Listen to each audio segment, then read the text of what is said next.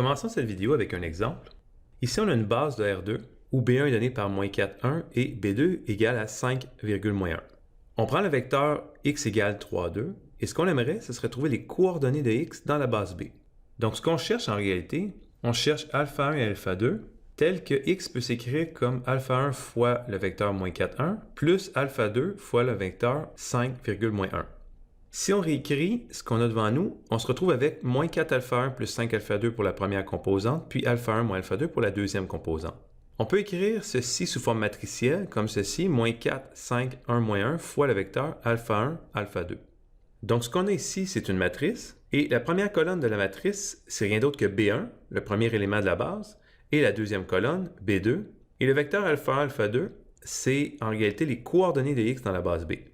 Et cette équation, on l'écrit de la forme suivante, PB fois le vecteur coordonné de x dans la base B. Donc, si on y va avec notre exemple, on a le vecteur x qui est égal à 3,2, et d'après l'équation qu'on vient de trouver, on peut l'écrire comme une matrice, la matrice PB, fois le vecteur coordonné de x dans la base B. Maintenant, ce qui nous intéresse, c'est de trouver les coordonnées de x dans la base B. Et donc, pour y arriver, ici, ce qu'on va faire, on va multiplier des deux côtés par l'inverse de la matrice PB. Ici, on est assuré que l'inverse existe parce que les colonnes de la matrice PB forment une base par construction. Si on regarde maintenant le côté droit de l'équation, PB-1 fois PB, c'est l'identité, et donc on va se retrouver simplement avec les coordonnées de x dans la base B, puis c'est exactement ce qu'on veut.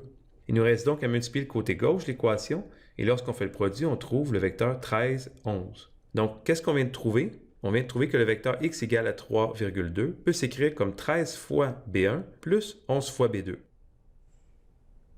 Allons-y avec la définition. Donc ici, on prend une base de Rn et on construit une matrice qui a comme colonne les éléments de la base B. Cette matrice, on l'appelle la matrice de passage de la base B.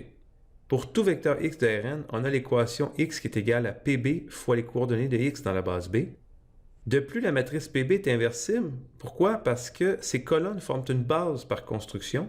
Et on a donc l'équation les coordonnées de x dans la base B qui est égale à PB-1 fois le vecteur x. C'est surtout cette dernière équation qu'on va souvent utiliser pour trouver les coordonnées de x dans la base B. Regardons un autre exemple. Donc ici, on voudrait trouver PB si B est la base suivante. B1 égale à 1,1,1, B2 égale à 1,1,0 et B3 égale à 1,0,0. On aimerait également trouver les coordonnées du vecteur 1, 2, 3 dans la base B. Première des choses, la matrice PB est relativement simple à construire. Il suffit simplement de mettre ici le vecteur B1, ensuite le vecteur B2 et finalement le vecteur B3. D'après ce qu'on vient de voir, le vecteur x s'écrit comme la matrice PB fois les coordonnées de x dans la base B. Maintenant, ici, ce qu'on fait, on multiplie par PB-1 des deux côtés. Et maintenant, on peut faire le calcul. Donc ici, j'ai le vecteur 1, 2, 3. L'inverse de la matrice PB. Et ici, ce que j'obtiens en faisant le calcul, ce ne sont rien d'autre que les coordonnées du vecteur 1, 2, 3 dans la base B.